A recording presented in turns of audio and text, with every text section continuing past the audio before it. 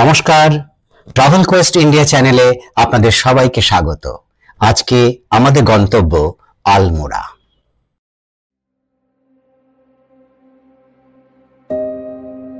আমরা এখন চলেছি ভাওয়ালি আলমোড়া রোড ধরে। প্রায় 65 কিলোমিটার এই পথ পেরোতে সময় লাগবে 2 ঘন্টা। যেতে যেতে আমরা দেখতে পাবো বাঁদিকে বয়ে যাচ্ছে কোশি নদী, কিছু দূর পেরোলেই হিমালয় দর্শন করার নানান ভিউ পয়েন্ট, তারপর আসবে নিমকরলি বাবার মন্দির বা কাঞ্চিধাম। তার একটু দূরেই কাঁকড়ি ঘাট, যেখানে রয়েছে বিবেকানন্দের ভাবগৃহ এবং জ্ঞান বৃক্ষ। শোনা যায় 1890 সালে বিবেকানন্দ যখন নৈনিতাল থেকে আলমোড়া এসেছিলেন, তখন এই কাঁকড়ি ঘাট হয়েই এক দুর্গম পথ তিনি পাড়ি দিয়েছিলেন। বলা যায় এই শতাব্দী প্রাচীন রাস্তার দুপাশে যে ইতিহাসের পদচিহ্ন ছড়িয়ে রয়েছে, সেটা দেখতে দেখতেই আমরা পৌঁছে যাব আমাদের গন্তব্যে। আমরা দেখব এখানকার বিখ্যাত আইপান অর্থাৎ আলপনা শিল্প এবং মাদল, ডম্বরু ও বাঁশির সাথে লোকনৃত্য এবং গান।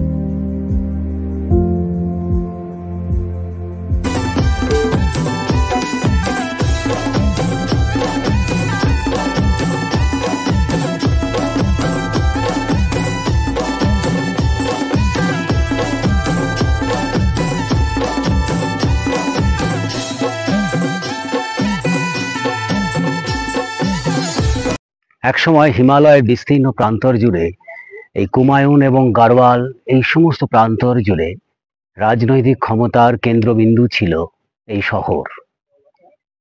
এর প্রাকৃতিক সৌন্দর্য যেমন বিস্ময়কর, তেমনি চমকপ্রদ এখানকার জনশ্রুতি, রাজকাহিনী, ইতিহাস এবং লোক সংস্কৃতি।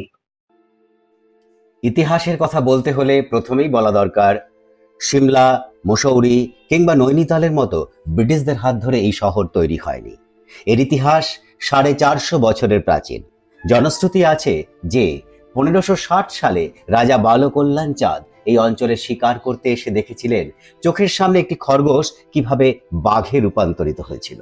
তারপর তিনি চাঁদ সাম্রাজ্যের রাজধানী চম্পাবত থেকে সরিয়ে এনে এখানে আনার পরিকল্পনা করেছিলেন। প্রথমে নাম দিয়েছিলেন আলমনগর, পরে সেটা হয়েছিল রাজানগর। কিন্তু জনশ্রুতি পেরিয়ে ইতিহাসে যে নাম স্থায়ী হয়ে যায় সেটা হলো আলমোড়া। এই নামকরণের পিছনেও একটা ছোট ইতিহাস আছে। বিখ্যাত কাতারমল মন্দিরের কথা নিশ্চয়ই আপনারা শুনেছেন। আজ আমরা সেখানে যাব। সেই মন্দিরের বাসনপত্র ধোয়ার জন্য যে ঘাস প্রয়োজন হতো, সেটা নিয়ে যাওয়া হতো এই অঞ্চল থেকেই। এই বিশেষ ধরনের ঘাসের নাম ছিল আলমোড়া এবং ভিলমোড়া। অঞ্চলের লোকেদের বলা হতো আলমোরিয়া বা ভিলমোরিয়া। সেখান থেকেই এরকম নামকরণ হয় বলে অনুমান করা হয়। জনশ্রুতি যাই বলুক, ইতিহাসবিদদের মতে চাঁদ বংশের রাজধানী আলমোড়া স্থানান্তর করার প্রধান কারণ ছিল এটা কুমায়ুন প্রদেশের একেবারে মধ্যস্থলে অবস্থিত। কথা বলতে বলতে আমরা পৌঁছে গেলাম কাঞ্চিধাম। নৈনিতাল থেকে প্রায় 17 কিলোমিটার দূরে পাহাড়ের কোলে রয়েছে আন্তর্জাতিক খ্যাতিসম্পন্ন এই মন্দির। নিমকরলি বাবা 1964 সালে এই মন্দির স্থাপন করেছিলেন। বাবা প্রয়াত হয়েছেন 1973 সালে। এখনো কুমায়ুনের বিস্তীর্ণ অঞ্চলে মানুষের মুখে মুখে ফেরে বাবার নানান অলৌকিক কাহিনী। হনুমানজির উপাসক নিমকরলি বাবার জীবনের নানান ঘটনা এবং কাহিনী আন্তর্জাতিক স্তরে প্রথম তুলে ধরেন এক আমেরিকান গবেষক এবং লেখক। বাবার শিষ্যত্ব গ্রহণের পর তার নাম হয়েছিল রামদাস। আমেরিকার সিলিকন ভ্যালিতে বাবার তুমুল জনপ্রিয়তার পিছনে রয়েছে রামদাসের লেখা বিখ্যাত বই বি হিয়ার নাও। নিমকরলি বাবাকে অনেকে চমৎকারী বাবাও বলতেন। তাকে নিয়ে লেখা বই দ্য মিরাকল অফ লাভ আমেরিকার সিলিকন ভ্যালিতে ও তার সম্পর্কে আগ্রহ এবং জনপ্রিয়তা বাড়িয়ে দেয়।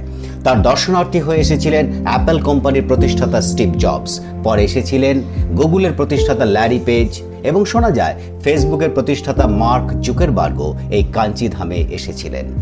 প্রচণ্ড ঠান্ডার জন্য বছরের বেশিরভাগ সময় এই মন্দিরে আসা সম্ভব হয় না, তবে জুন মাসে লক্ষ লক্ষ পুণ্যার্থী এখানে আসেন। এই কাঞ্চিধাম এবং নিমকরলি বাবা নিয়ে এমন সব চমকপ্রদ কাহিনী আছে যা নিয়ে সম্পূর্ণ একটা এপিসোড করা যেতে পারে। কিন্তু মন্দিরের প্রবেশপথের অনেকটা দূর থেকে দেখা যাচ্ছে দীর্ঘ লাইন। হাতে সময় কম থাকার জন্য আপাতত আমরা মন্দিরে প্রবেশ করতে পারছি না, তাই এগোতে হচ্ছে পরবর্তী গন্তব্যের দিকে।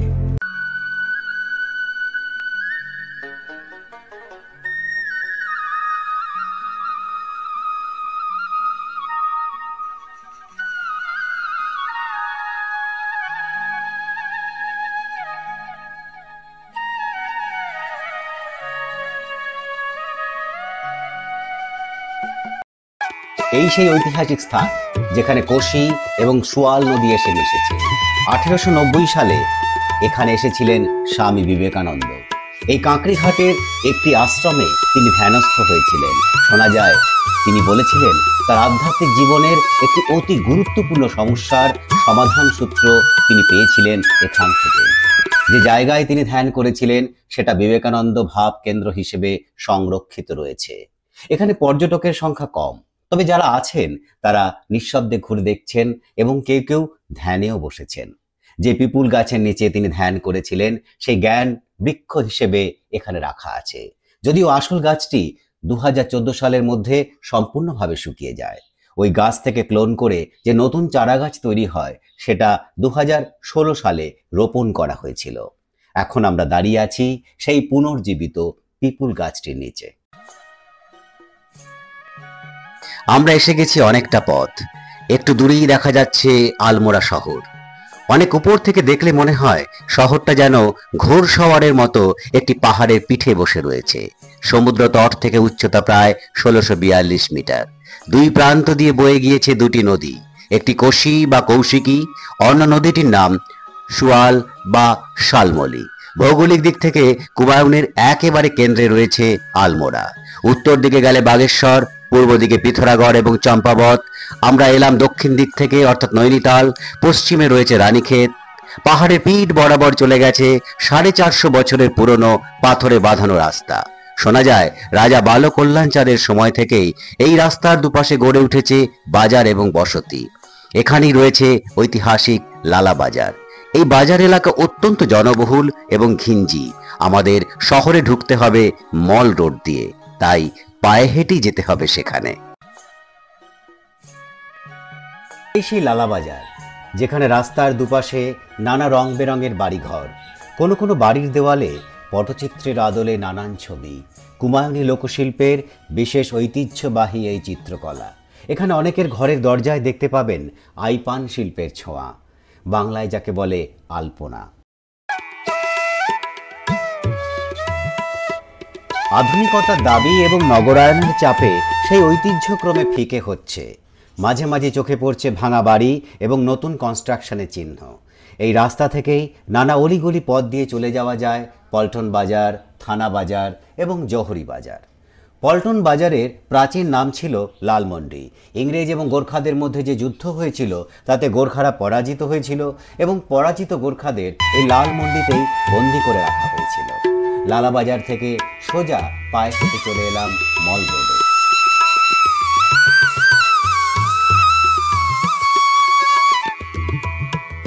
আমাদের ইচ্ছে ছিল আমরা দেখতে যাব মোল্লা মহল। গোটা কুমায়ুন অঞ্চল জুড়ে যে রাজনৈতিক ক্ষমতার উত্থান পতন ঘটেছিল গত 450 বছর ধরে, সে ক্ষমতার কেন্দ্র ছিল এই মোল্লা মহল। 1590 সালে রাজা রুদ্রচাঁদ এই দুর্গ এবং প্রাসাদ বানিয়েছিলেন। ব্রিটিশ শাসনকালে এখানেই ছিল প্রধান প্রশাসনিক দপ্তর। 2020 সাল পর্যন্ত আলমোড়ার জেলা শাসকের দপ্তর ছিল এখানে। উত্তরাখণ্ডের সাংস্কৃতিক রাজধানী আলমোড়ার সাহিত্য উৎসব হতো এখানে। যানজট এবং ভিড়ের মধ্যে কোনোক্রমে খুঁজে পাওয়া গেল মোল্লা মহলে যাওয়ার রাস্তা, কিন্তু রাস্তা বন্ধ। সেখানে চলছে মেরামতির কাজ। তবু সেসব পাশ কাটিয়ে পাথর বাঁধানো সিঁড়ি দিয়ে যখন অনেকটা উপরে উঠে এসেছি তখন কোনো লোকজন সামনে দেখতে পাচ্ছি না। মূল ফটক কোন দিকে সেটা জিজ্ঞাসা করতেই দু একজন অবাক চোখে তাকালেন। যাই হোক, আমরা ঠিক করলাম মূল দরজা পর্যন্ত পৌঁছবই, কিন্তু পৌঁছে সেখানে দেখা গেল ফটক বেশ আঁটোসাঁটোভাবে বন্ধ। কোনো বিজ্ঞপ্তি টাঙানো নেই। প্রায় 800 অবস্থায় একজন নেপালি সিকিউরিটি বললেন, আন্দার মে নির্মাণ কারিয়া চাল রাহা হয়। পরে সে শুনলাম ওখানে নাকি কোনো হেরিটেজ ভবন বা মিউজিয়াম তৈরির চেষ্টা চলছে। সে যাই হোক, পর্যটকদের জন্য ভারতীয় পুরাতত্ত্ব বিভাগের যে কোনো দায় নেই সেটা জলের মতো স্পষ্ট হলো। মল রোডের দুপাশে বিশাল বিশাল অট্টালিকা, মাল্টি স্টোরিড কার পার্কিং থেকে আধুনিক মল, হোটেল, রেস্টুরেন্ট সবই রয়েছে এখানে। রাস্তা মোটেই চওড়া নয়, তার উপর অনবরত গাড়ির হর্ন, ঠেলাঠেলি, ভিড়। সেখান থেকে চলে এলাম এখানকার প্রসিদ্ধ বাল মিঠাইয়ের প্রস্তুতকর্তা খিম সিং মোহন সিং রওতলাজির দোকানে। সেখান থেকে বাল মিঠাই এবং সিঙ্গুরি মিষ্টি কিনে এবার রওনা দিলাম। পরবর্তী গন্তব্যস্থল কাতার মল, সূর্য মন্দির। কিছুটা এগোতেই দেখা গেল কুমায়ুনের ঐতিহ্যবাহী পোশাক পরে বিভিন্ন বাদ্যযন্ত্র বাজিয়ে একদল মানুষ গান গাইছেন।